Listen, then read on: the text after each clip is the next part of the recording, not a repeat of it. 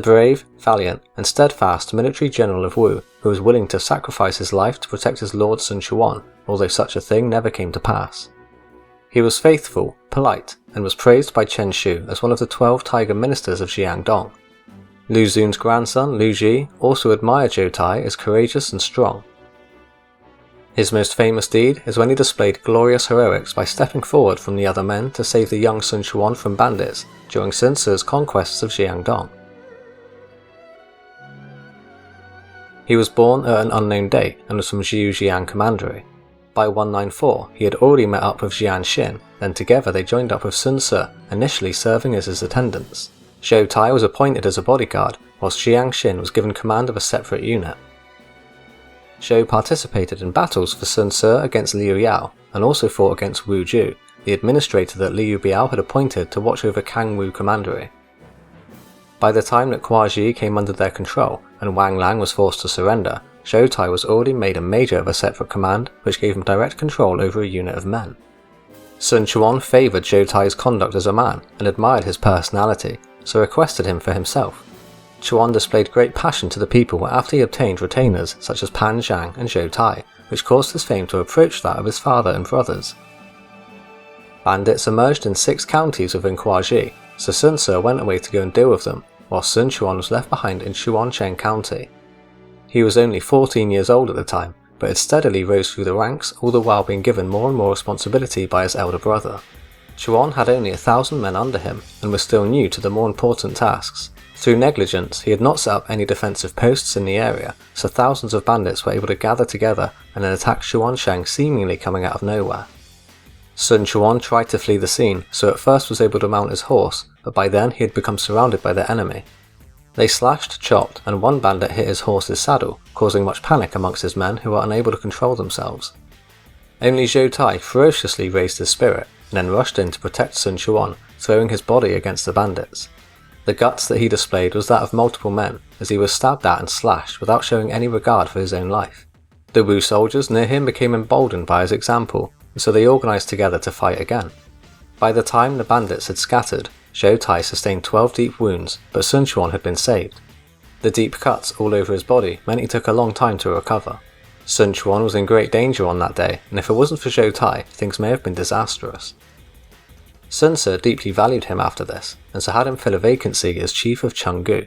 The residents under Zhou Tai's governorship provided the funding and supplies needed for his troops, as he followed Sun Ce into battle in 199. He participated in the attack against Liu Jun at Wan City and Huang Zu at Jiangxia, then passed by Yu Zhang when he returned from the campaigns. Here, he was appointed as the chief of Yichun County, which further helped feed and supply his soldiers. After Sun Quan took command of the Wu state, Zhou Tai went on to serve in many battles under him for the next decade. He was first sent to attack the Poyang bandits in 203 and received another chief position as a reward. Later, in 208, he joined in the attack against Huang Zu, which finally avenged the death of Sun Jian. Then later on in the same year, he was put under command of Zhou Yu and Cheng Pu for the Battle of Red Cliffs. After their major victory against Cao Cao, he joined the follow-up attack at Xiangling, where they defeated Cao Ren and captured Nan Commandery. After this, he was ordered to station at Sen County. Around 214, Sun Quan failed to capture Hefei due to a sudden plague in his army and a staunch defense from Zhang Liao. Historically, Zhou Tai is not recorded in participating in the Battle of Xiaoyao Ford, where Ling Tong was wounded in action. Cao Cao planned a counterattack, so eventually led his navy to attack Rushu in 217. Ling Tong, Xu Sheng and the like were sent to do battle where Sun Quan was killed in action. The developments were not as optimistic as Cao Cao had predicted, so he set up camps to prepare for a long war.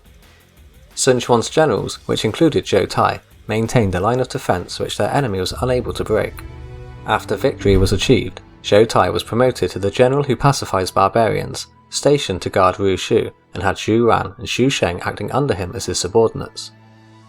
They were both reluctant to submit to his commands however, so Sun Quan prepared a visit to throw a banquet for all the military generals there. When he arrived, he personally served wine for Zhou Tai and then asked him to remove his robes. When his scars were on display, Sun Quan pointed to each of them individually with his hand and then asked how it occurred. Shou would relate to stories of the battles he fought in the past throughout the night as the officers revelled and drank together. Sun Quan held his hand as tears began to cross his face. "You fought like a bear and a tiger for my brother and me. You're willing to lay down your life and have wounds all over your body. The scars appear to be etched into your skin, so how can I not treat you like a brother by granting you military appointments? Due to your great service to Wu, I'll stand by you in honour and shame, sharing the joy and sorrow with you. Don't be disheartened that you come from a humble background, I want you to be merry." He then gifted Zhou Tai his imperial carriage, which was made from silk and decorated with a bluey-green canopy. Chuan had all the soldiers line the streets to pay respects to Zhou Tai, and then asked him to lead the way out of Shou to the sounds of drums and horns playing in the background. The seated generals were dismissed, as Tai prepared the troops and horses for their escort out of the city. Thus, Zhu Ran and Xu Sheng were impressed with Zhou Tai from then on, and submitted to his command. After Lu Meng seized Jing province from Guan Yu, Sun Quan planned to advance against Shu, so made Zhou Tai the nominal administrator of Hanzhong Commandery. He was further promoted to the General of Vehement Might, then awarded as the Marquis of Lingyang.